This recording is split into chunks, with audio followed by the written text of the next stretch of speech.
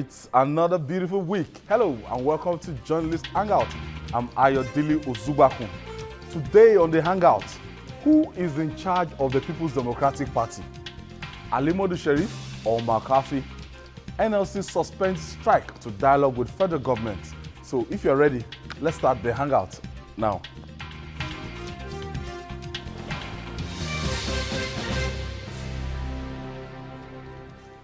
Last Saturday, PDP members showed Nigerians how terribly divided the party has become. Despite 3 court orders, the party held its national convention in both Port Harcourt and Abuja. Both conventions ended in chaos and shameful display of corrupt appetite for power. In Port Harcourt, 12 PDP governors and some PDP leaders removed Modu-Sheriff as a party chairman and dissolved its National Executive Working Committee. They approved that a 7-member caretaking committee headed by Senator Ahmed Makarfi should pilot the affairs of the party.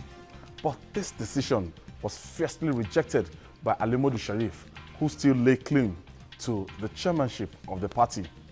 He said, as far as he is concerned, the convention did not hold. In Abuja, founding fathers of the party also attended a parallel convention. Same day, they said Makarfi's committee was a fraud and a violation of the party's constitution. This group also rejected Modu-Sheriff as the party's chairman on Sunday. The police sealed off the party secretariat to avoid violent clashes with various groups in the party. Who is in charge of the People's Democratic Party? I have Babajide Kolade Otitoju. Jide, how was the weekend? Fine. And my friend Adewale Yusuf, sorry, Kole. I'm glad to be here. Good evening. And Uncle Konshate. Hello, how are you today? Jide, let's trace it from. It's like a party that is still suffering from the rude shock of the 2015 general election, and since that time, the center they've not been able to hold it tight of the People's Democratic Party. What we are seeing here, we've seen a tendency called Modu-Sheriff, which succeeded in he succeeded in polarizing the party. You know, as in, he just had some governors behind him, maybe the likes of Ayodele Fayose and Yisom Wike, and at the end of the day, they discovered that other governors weren't, you know, so there was going to be drama in that convention. Most of the governors were with him.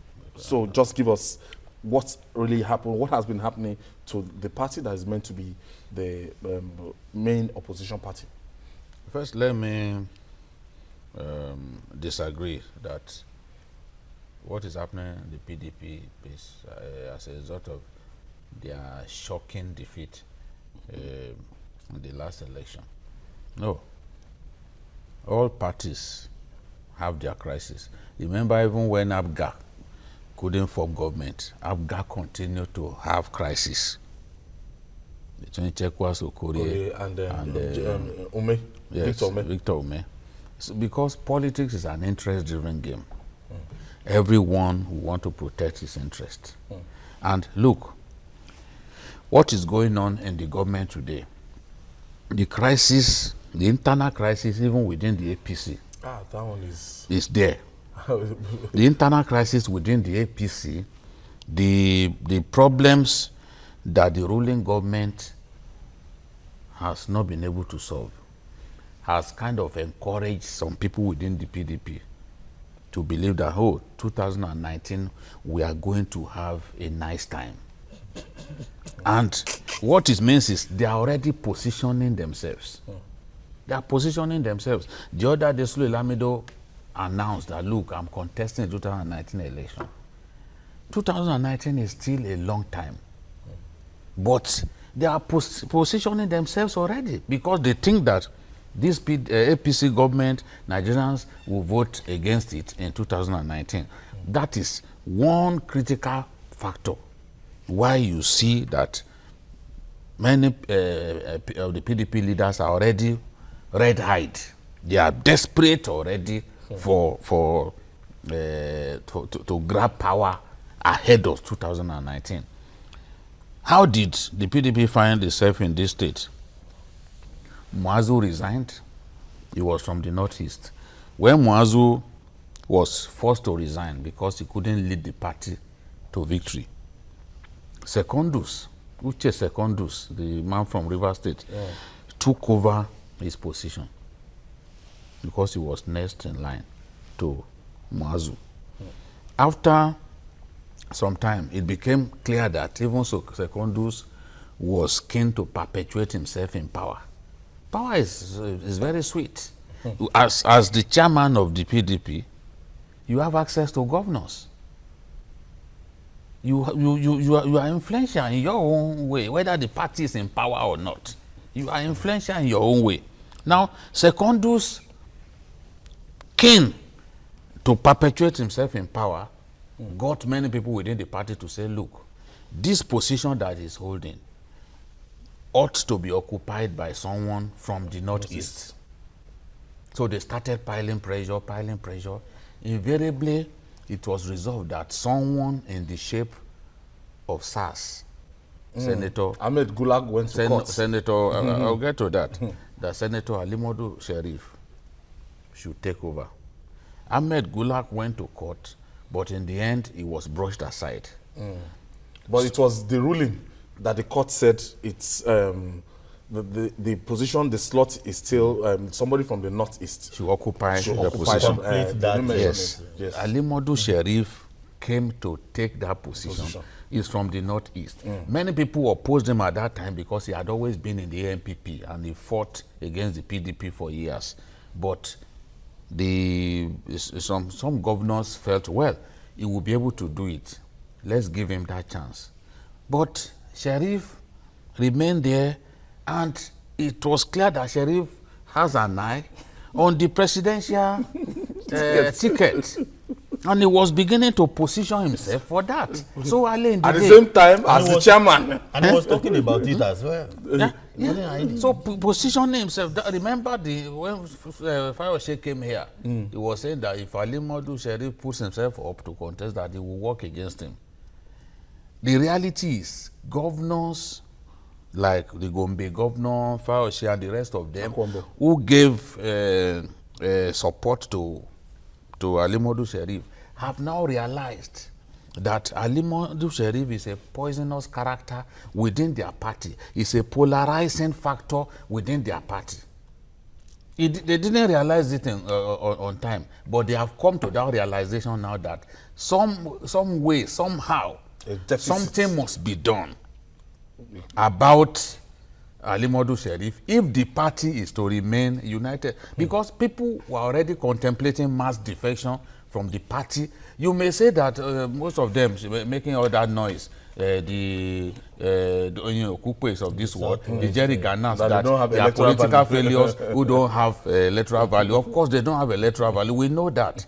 But some people who don't have electoral value are capable of causing substantial damage. Go and ask Olusegun Obasanjo. Yes.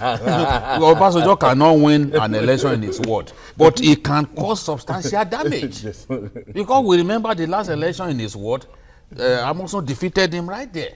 Even in the polling unit close to his house. He can't win an election, but he can cause substantial damage. That's why people literally, what the Yorubas do,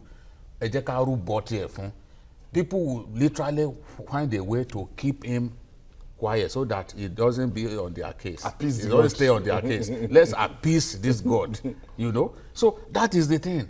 They've now decided that, look, Sheriff, we must do something about Sheriff if we want to remain strong, if we want to remain united as a party. And they got themselves a fantastic man to do the job. Kule, you know, the intrigues, especially that Saturday, you know, a day before, my correspondent in River State told me that Sheriff was screened by the party hierarchy, and Sheriff even said it that he's very happy with you know, the exercise. It was screened and it was ready to be coronated as the chairman. What went wrong between Friday and Saturday? I think it was banking. I want to believe that Sheriff was banking on the usual impunity that was the hallmark of PDP all its years in power. You know, there was a court injunction that convention should not hold. But because he will benefit from it, he said, let's go on. They were in Port Harcourt. But when the game was over, you know, he was summoned. He was summoned to the government house. When he got to the government house, it was at that level that the governors told him, this is what we want. You must step down. Please step down in the interest of the party. This is not too big a price for anybody to pay. You know, what matters is not anybody but the party. At that moment, he changed the chorus. No! And he became a law-abiding Nigerian.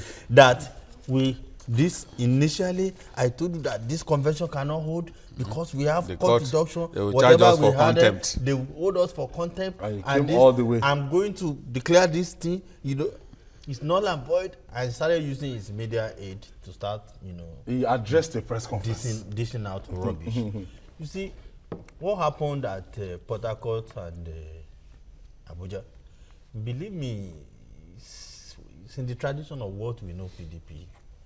You know, PDP is capable of anything.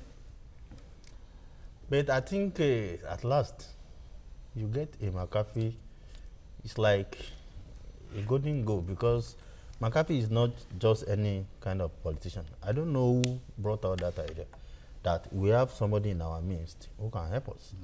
Makarfi is not the kind of politician, like, he's a pragmatist, very good, very honest. Very liberal. You realize that immediately. What did he say? That he will not spend beyond the 3 months. How many Nigerian politicians will say that?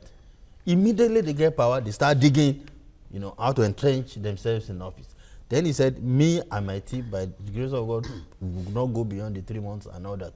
Believe me, it is not in the interest of Nigeria and its democracy for the PDP to die.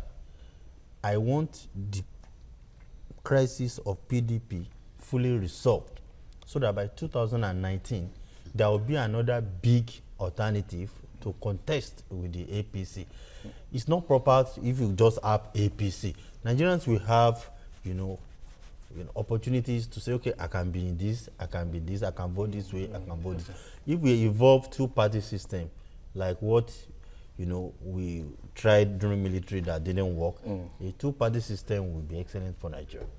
All right, Lekon, looking at the person of Sheriff, somebody, you know, the day he emerged, and a lot of people were saying that, look, the war chest, this man, you know, a very rich man, deep pockets, and that this, he will be able to, you know, galvanize, rally a lot of people together in the People's Democratic Party, and at the same time, he wanted to succeed himself as the chairman till 2018, and at the same time, he had his eyes on the presidential seats. How would you make of his character? Let me admit that I was one of the people who said, because he had money, he got that position. The party needed money. They're no longer in power. There's no easy funds from anywhere. And so if he was willing to bring out his money, they will help him to spend it.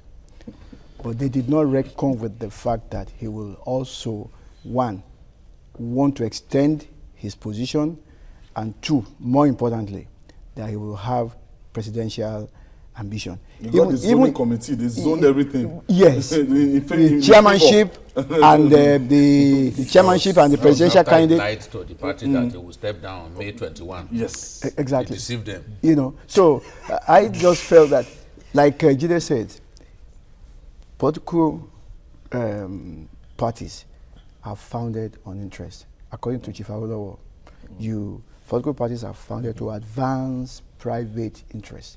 And that's exactly what happened. And then when it looks like he was going to encroach on some people's toes, as it were, they struck back. And then when I looked at the newspapers yesterday, on Saturday morning, I was, on Sunday morning, I looked, I said, I thought these governors were on his side. They did a coup. Then all of a sudden, I started now reading that Wike actually went to him and said, my friend, go and go, look, we are no longer on your side. However, you recall that I think there was something that he did not respect. If he had listened to those people, I think we spoke about it here. Some people in the Southwest were saying, let's have the chairmanship. Maybe if he did, he may have some assistance from the South. Have you heard any voices from the Southwest? For him? Quiet. Look at the composition of this this new caretaker committee. Ahmed Makarfi, Senator Ben Obi, and my friend Chief Dayo Adeyeye, a very guy to the core, right. You know, former still an former very nice guy. Very, you know, he was in AD at a point in time, and he went to the PDP, and he had a good shot at the governorship in Ekiti State, yes. And we're still looking beyond that. Maybe after Fayose, we'll see a minister, a minister, very short, minister for works, 7-man caretaking committee, and Governor Wilson UK, the chairman of that planning committee, convention committee, actually told them that you guys cannot participate in that election that you are going to be, you know, midwifing. I think that was one of the problems of Sheriff. Yeah. He was overseeing. I was a referee in his own match. Like, you know, that wasn't part of the briefing when they had Sheriff. They just wanted to make sure to learn from his to learn from normally they didn't want the team to go to Ahmed Goodluck, and they wanted anything just to make sure that was anyone but Goodluck. That was why they got a sheriff, and they got somebody who is worse than Goodluck. Anyone but. Hey, let's talk about Makarfi and that committee. You see, Ahmed Makarfi, I've been following him since around 1991, 92. He's a fantastic Nigerian, no doubt about it. When you look at the PDP and you think the PDP is full of bad people, I can tell you that there are many decent people in the PDP, and Ahmed Makarfi is one of them.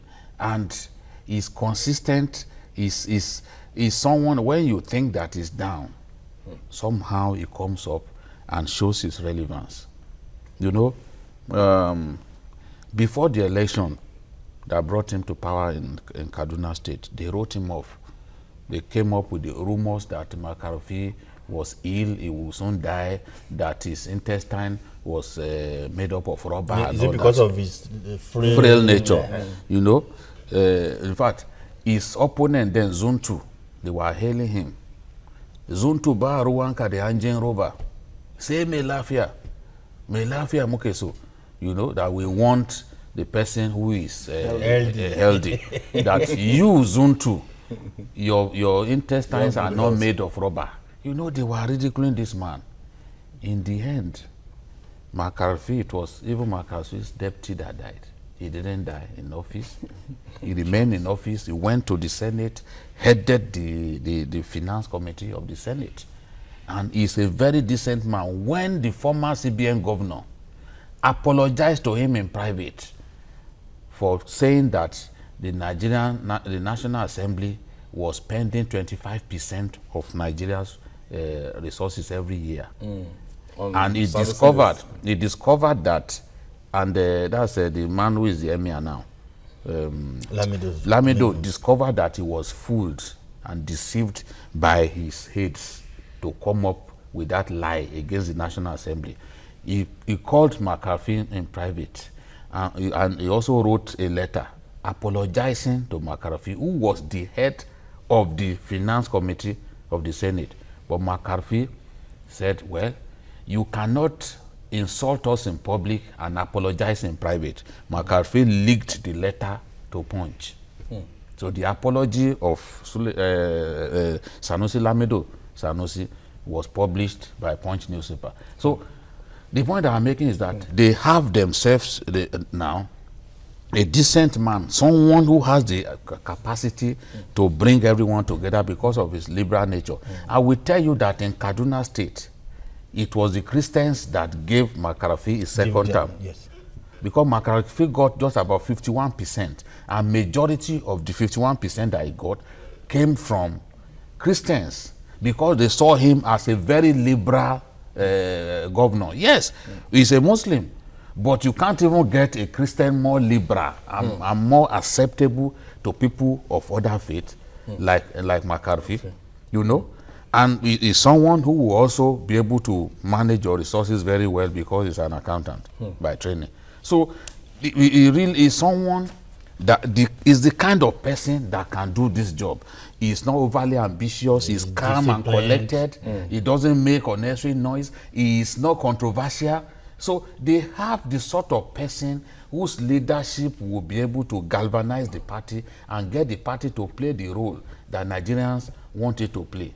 Because for now, the PDP is not functioning as an effective opposition party. You don't run your affairs as an opposition party just purely to make noise and to raise unnecessary hell.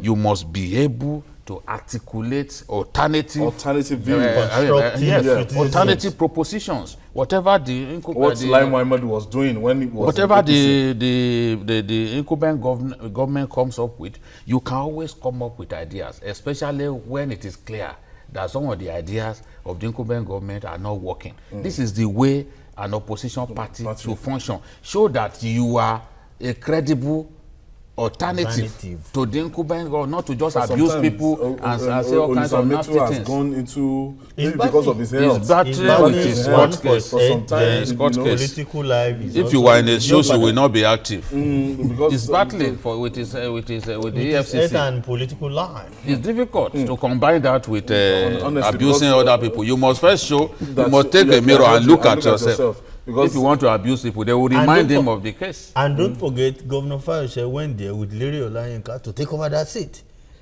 I think it's ex-official. And no, it's not ex-official. Because of the convention, I think they will still come if up not with that, the game changed by now. Yes. No, he was pushing for him. All the work had been done, and it's like nothing can stop him. Yes. Now, what happened in Abuja?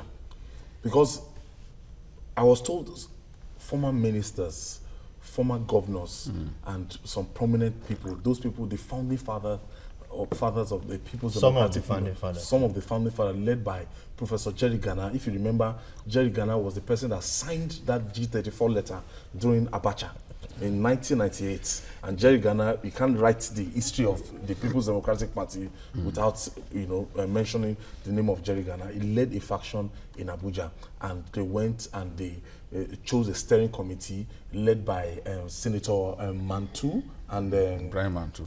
Senator Ibrahim Mantu. I thought it was politically dead. So but Mantu is still shaking. They had co-chairman for the Abuja convention. They came up with that. But what were they agitating for? They called themselves the. First of all, you need to know that what these guys in Abuja did, they were just to put the party on its toes. They just, and later they even clarified their situation, because immediately Makarfi emerged, they quickly pipe down. That this is what we wanted. This is what we were agitating for. That we all believe in this man, and this is what Makarfi belonged to their camp anyway. That initially, that Makarfi was part of that same group that held its convention in Abuja. So you see that what the Mantus of this world in the PDP are, clamoring for is just for the party to just, be united to, solve its crisis and move on. This is not the party we created. This is not that. So if they don't want Sheriff. They don't want Sheriff. They made it totally, clear that anybody but Sheriff. Sheriff is a tainted, individual. Somebody was even telling me, I can't even confirm this. They said when Sheriff emerged as the PDP chairman as at that time, that even the cable network news had that. That's where the founder of Boko Haram. That is where I'm good. You can never discuss Boko Haram today without discussing Sheriff. Right. Immediately, or you can't discuss Modu-Sheriff without discussing Boko Haram. Okay.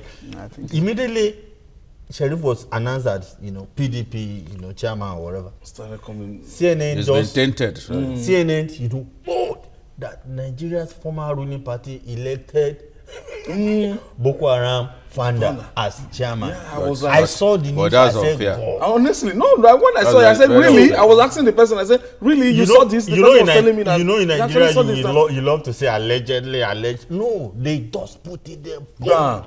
Every person who put it there is wicked.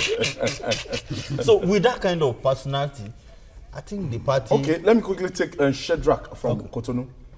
Wow. Thank you for joining us, Shedrack. Good evening. Good evening, Shedrack. Gida, how are you? I'm fine, my brother. Okay. I've been following the program. People are doing a wonderful work to Nigerians and to the whole world entirely. Thank you. PDP remains our party, and it remains the only party that can bring Nigeria out of this problem. Because in history, when you look at what is happening today, we have had enough of PDP governments in power that we have never tasted this strong time. This is a very hard time for Nigerians. PDP was in power for a number of years.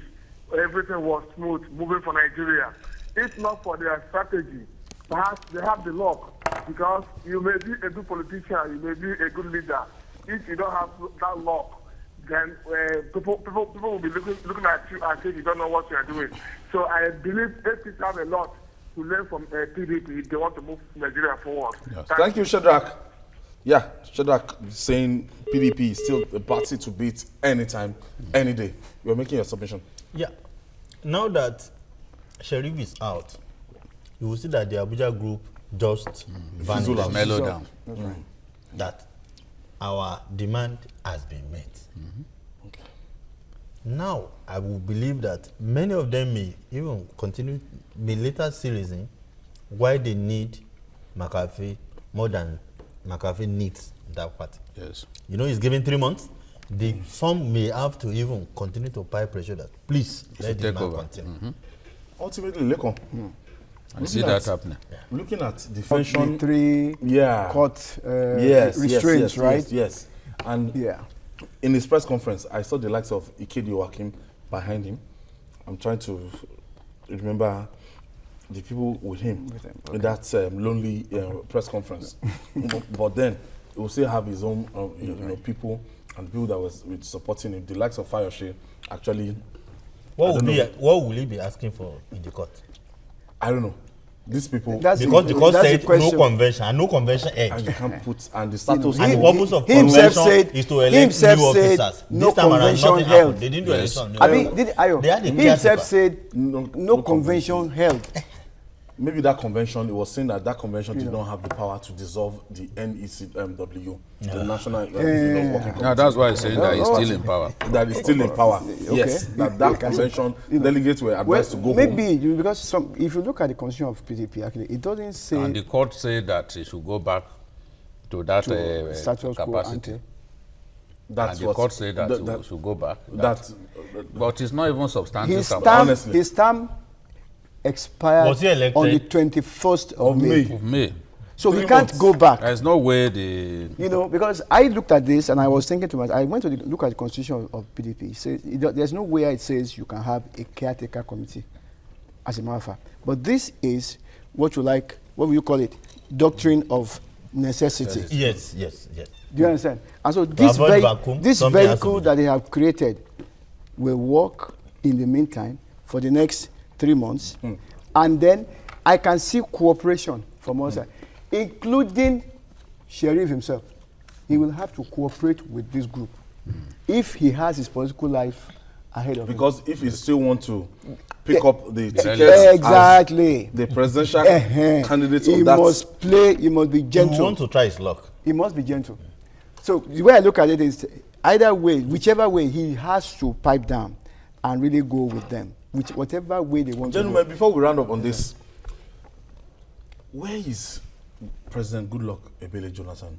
As in the role, I see some of his ministers, ex-ministers, I see some of his men and everything, but they've done all their congresses, they've done all their, conventions and everything. I've not, I don't know if he's still an active member of the People's Democratic Party or he just want to continue to be an elder statesman.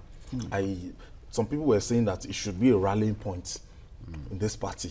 It should decide who gets what, and you know, it should still, you know. But how can you read his attitude? The kind of sit down look. I think the last act of as far as PDP is concerned, the last act of President Jonathan was to kick Muazu out of power, because Muazu was national chairman, and many people felt that Muazu didn't wholeheartedly work for the party. And for some other people, having led the party to a disgraceful loss. Muazu couldn't have done anything in that Bauchi State. No, having led the party to a disgraceful loss, the best thing to do is just to step aside. And Muazu was bent on remaining in office, but Goodluck Jonathan rallied some other people, and then Muazu was kicked out of office, which means if, as the president, I go down, you who ran the party as the chairman of the party, you deserve to also go down. So that is the last act that I can remember as far as PDP is concerned. Can I ask a question? Let's take it one by one. These are last Jonathan. listen on this. Jonathan, Julie, have you finished with the submission? Yeah. Okay. Jonathan is a heartbroken person. If he believed that many people betrayed by a lot of his people. Look at some of his utterances, you know, here and there. Outside the country. You know that Jonathan feels cheated, betrayed by the people that he he trusted so Yes. much. They all had those money. He never believed that he would not win substantially in the northern part of Nigeria. But when the votes started coming, They kept telling Mr. President, you are. I want to ask a question. Even Senator Banikoro congratulated him. There's the Saturday/Sunday nights, even when the result was in. Let me be the first person on Facebook, and they congratulated him for winning. Who is the leader of PDP? As we speak. Yeah. Well, by popular acclaim. Now, inverted commas. Ezekiel from Kebbi State before we round off this. Judy, let me quickly. Ezekiel is calling off. I said Sheriff. It has to be Makarfi now. Okay. As the leader of the PDP now. Hello, Ezekiel. Yeah. Thank you for waiting, Ezekiel. Yeah. All right, go ahead with the contribution. Please, I want to give a big shout out to Jude Okay. for the enlightenment about the PDP. Okay. How he unveiled the secret of PDP, that this is what is going to happen. Because the opposition party, we have to use this time now, because the opposition party has tell us that this is what they are going to do, and they didn't do it. So we have to take an opportunity so that we can fight and bring back the power again in 2019. So I want, as you people are discussing about Goodluck Jonathan. Goodluck Jonathan is an elder statesman. You know, Goodluck Jonathan is not a politician per se.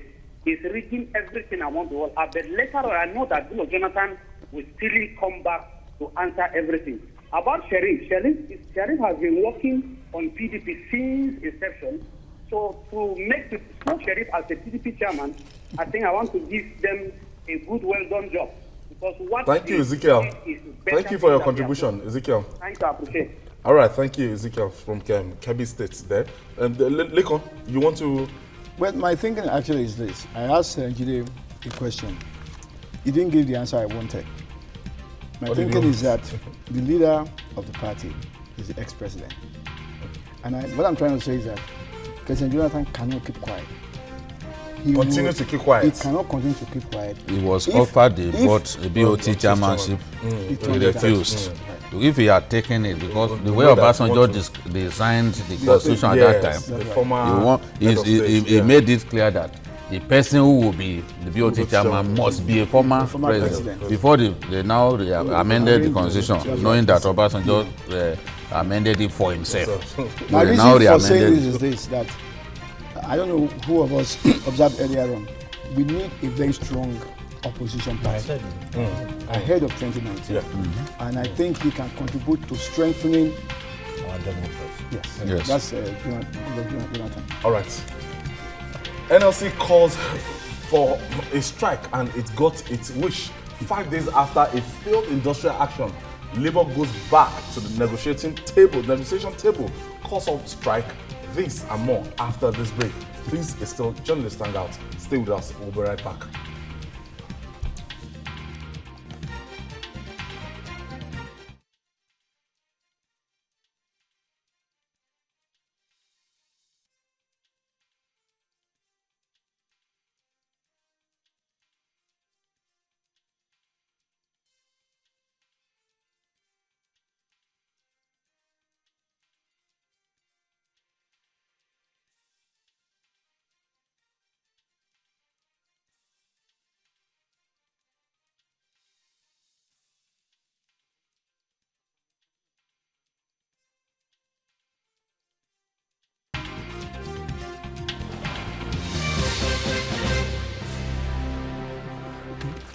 Last Wednesday, factional president of the Nigerian Labour Congress, Ayuba Waba, called for a nationwide strike in protest against the hike in the price of premium motor spirits, otherwise called petrol.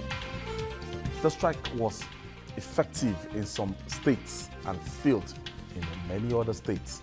Last Friday, Asiwaju Bola Tinubu led some leaders of the All Progressive Congress to the NLC to persuade Labour to shelve the strike. Barely 2 days after the meeting, Labour suspended the industrial action. It said it has resolved to resume negotiations with the government on the new petrol price regime. So, what comes next for Labour? Jide, it perhaps wasn't a very, very successful story, and they had no choice, because if they had continued with that action, the action was almost becoming, inconsequential, because we had the normal activities all through last week, except some states that was effective. States like Ekiti State that will confirm that it was really, really effective. It was effective in Adamawa State. It was effective in Plateau State. It was effective in Abia. It was effective, very effective on the final day in Imo. In fact, the longer the strike went, the more some states were complying. Yes, because the NLC now decided to storm secretariats of the state secretariats, yes, they did that like in Delta Lagos, and all that. So the reality is, the strike is embarrassing enough, even if it is in like 6 or 7 states where you can say that it really was effective. Look at Ekiti, for example. The first day, there were rallies, even banks shut. Then the following day, no rally. But the banks still remain closed. It was like maybe they threatened them that if you try to open, you'll be beaten up. The third day, the banks still remain closed in Ekiti. So any decent government would want an end to that strike, even if it's just a part of your country that it is involved. Because look, this is bad publicity for the government, whether you like it or not. And losses are bound to be incurred when you go on strike, even for a few hours. Imagine in Adamawa State, hospitals, nurses refuse to work, and even doctors refuse to admit new patients. That has grave implications. Some people will die. Yeah. So it's a good thing. And just as we said it on Friday, that the coming of Asiwaju to try to persuade these people will make the difference. That is exactly what has happened. Because the reality is, a lot of the people who in the past addressed labor, addressed Nigerians during strikes, they were already on this side. So they couldn't do it. How many of those civil society people did you see addressing people while the strike was on? The people who were in the forefront before, a lot of them are either one way or the other close to Asiwaju Bola Tinubu, or are even his boys.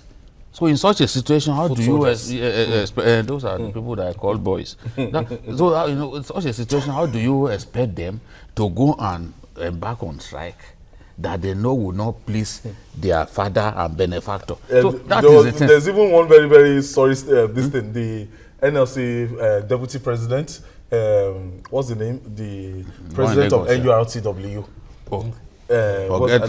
Because it was in a very that one cannot situation. Those ones NURTW cannot go on strike in Lagos with a Tinubu in the background. This is a fact that we have to tell ourselves. And even market women. Fact.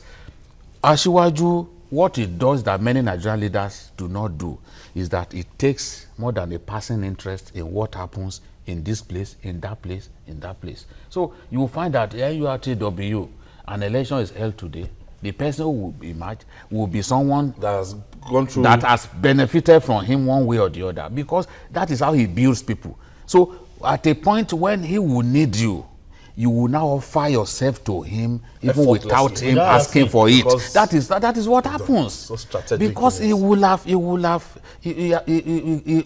takes pride in making people happy. He's someone who hunts for people to show his goodwill to. You get the point I'm making? He hunts for people to show his goodwill to. If he's aware, for example, that you are going to have a wedding, maybe you are a journalist, and word comes to him that, oh, this person's wedding, you say, go and give him so amount of money. It could be 20 years down the line that it will be you that he has given some money will be in a position to do him a favor, and at that point he doesn't need to ask you to do it for him. And NLC, that is what happened. Look at here in Lagos. Yes, he acknowledged. Look at what happened here in Lagos. The people who should mobilize for strike here, because if the NURTW had joined that strike in Lagos, it will have been successful. Just NURTW alone, it would have been a great success. Yes, but they refused. They refused. So that is the point, and that is why when Waba saw him, Waba knew that the end had come. The most honorable thing for them to do is just to hands up, because Asiwaju has already found a way to give them a face saver. NLC was looking for a face saver, and Asiwaju offered that opportunity for them by coming in to us. Yes, so they can say, oh, Asiwaju intervened, and we decided to show respect to him by listening to him. No, at the end of the day, they are going to say, we decided to end the strike because of the intervention of people like, no, he even mentioned because of the respect, and he particularly mentioned Asiwaju Bola Tinubu. So that is the thing. So now they've done the right thing. You've gone back to the negotiation table, and I'm happy, because when people talk, they say, oh, NSC, the government is negotiating with the Ajaero faction alone. Of course, this is a fallacy. It is the mainstream NLC that they are going to negotiate. Yes. And the mainstream NLC is the one headed by Ayuba Waba. And if you even remember, it was Ayuba Waba that said it, that it cannot be seated and Ajero seated, and they will be negotiating with two of them. He is the mainstream NLC president. And that is the NLC president. That is the candidate that Oshiomhole supported in the election. Yes. That's why you see Oshiomhole is a product of the textile workers union, and you will see Isa Aremu always standing beside Ayuba Waba. Right. Because in the past, people like Isa Aremu did not even support Waba, but Oshiomhole had brokered peace. And remember the day the labor rallied against casualization of workers and unfair practices in the workplace. We saw Ajaero and Ayuba Waba. We saw them rallying together and said, well, Oshiomhole had achieved his aim of taking these people to a state. But the moment the strike issue came, we saw Ajaero again materializing, crawling out of under his bed to materialize as a labor leader. Nigeria is a very interesting place to live in. Your take on this calling of the strike? Believe me, you see the first day the government announced that increase in price. That same night, Asiwaju issued a statement. I was discussing with somebody who said, no, he didn't like it. Asiwaju rushed to do it. I said, no, this man will not rush. In this guy, rush? No. He didn't utter a statement. He wrote, a statement. This Asiwaju will not do something in a rush. Putting pen to paper. Then, about a day or two after, he addressed, he said, yes, this is difficult, but it is necessary. It's a painful decision, but it is necessary. Then he followed it up with a meeting, with NSC. That day I was very, I was so happy that even the former president of NLC was there. I said I was Abdulwahid Omar. I was very glad that this is leadership at its best in action. Somebody who that is not in government, but you know that because this is a very painful decision. Some people will say, I don't want to associate with it. Of course, they know that's the only way out, but they won't want to. That's why Fayose called him the Asiwaju of Nigeria. But here was Have a man. you forgotten? Somebody who criticized the Kachiku recently. Somebody who think his personal is trivial. But now, when it comes to very difficult, the necessary steps forward. You step forward. You say yes, that's the best, and you even went extra mile to make peace. Believe me, he's one of the few people who can do such things in Nigeria. He really won my heart just because of them. Okay, he steps in when it is necessary. Dauda from Kaduna on the line. Thank you for joining us, Dauda. Hey. Dauda, good evening. Good evening, all. Good evening, Dauda. Yeah, good evening, Babajide and Co. Good evening, Thank you. David. I've been longing to get to you, actually, to no avail. But all things being equal, I really want to comment on the first issue. Okay. Now, you will agree with me that, true to God, APC needs to put their house together because we need a viable opposition. Yeah. Because a country without opposition, honestly, is a big failure. The government will be doing anyhow. Come to Kaduna State and see what is happening. There is not any single opposition in Kaduna State that will speak for the masses. It is even within the party that someone can speak. Within the party. Show Sani and Erufai. Yeah, that we have someone on our opposition. Look, we need an opposition that will speak for the masses because it will help the government to brace up. And again, in as much as I agree with you that Asiwaju Tinubu played a vital role for this strike not to take place, but I want to tell you that the regional attitude also played a role.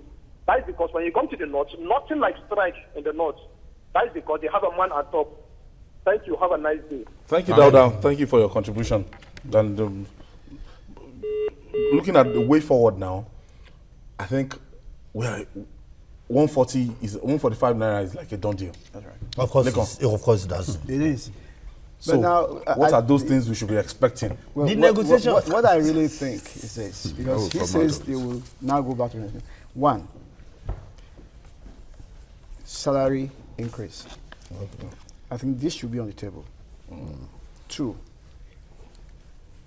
the government, the labor union needs to really negotiate, talk with the government and find out what are the alternative plans to importing fuel.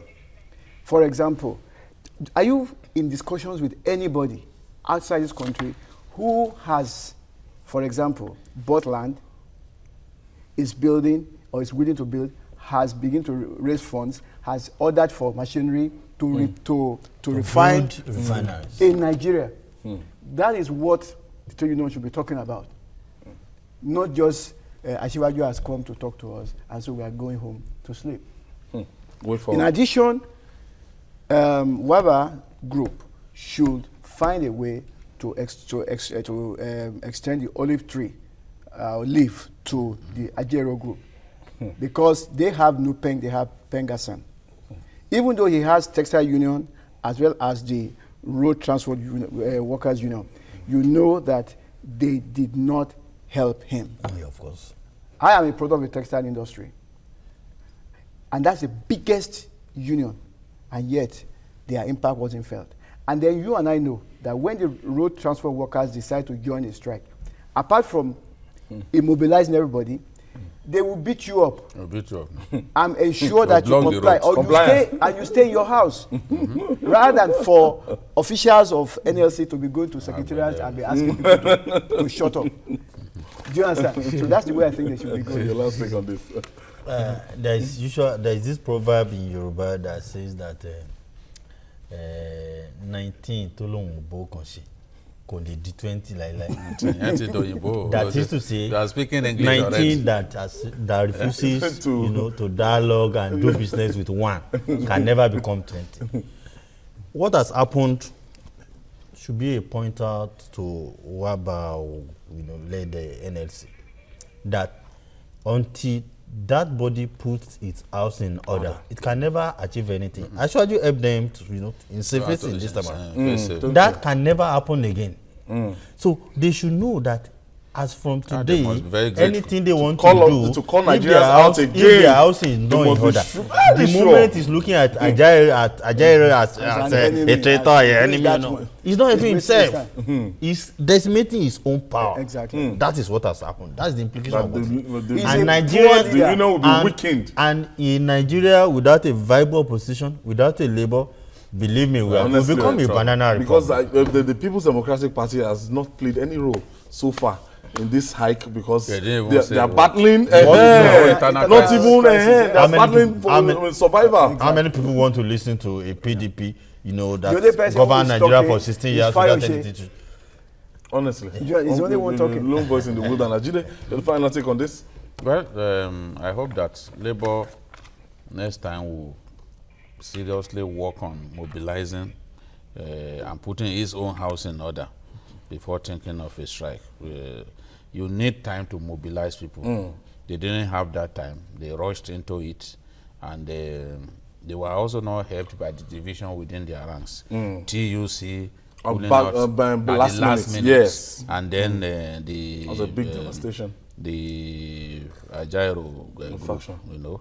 So next time you want to go on strike, do due diligence. Yes, yes. You even make sure you reach out to the factions, so that you won't make a mockery of everybody. Every group is important. Don't leave anyone out. I want to thank you, Babajide Otitoju, for this wonderful edition, and Adekunle Yusuf Kuleshi.